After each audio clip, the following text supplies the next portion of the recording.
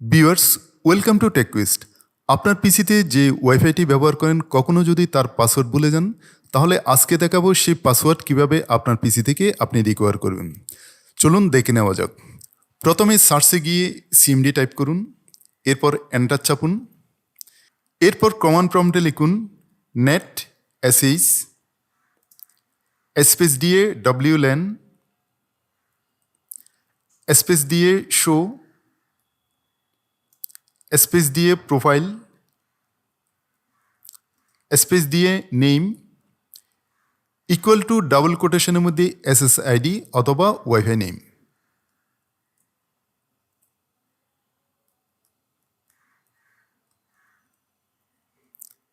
Space কি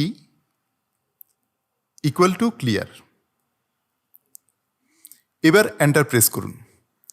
এবার এখানে খেয়াল করুন সিকিউরিটি সেটিংসের কি কন্টেন্টে এসে আপনার পাসওয়ার্ডটি আপনাকে শো করবে। এটি হচ্ছে আপনার ওয়াইফাই পাসওয়ার্ড। এভাবে আপনার ভুলে যাওয়া ওয়াইফাই পাসওয়ার্ড আপনি আপনার পিসি থেকে রিকভার করতে পারবেন। আশা করি ভিডিওটি আপনাদের ভালো লেগেছে। যদি ভালো লেগে থাকে তাহলে ভিডিওটিতে একটি লাইক করুন এবং এরকম ভিডিও আরও দেখতে চাইলে চ্যানেলটিতে সাবস্ক্রাইব করে পাশে থাকুন। ধন্যবাদ।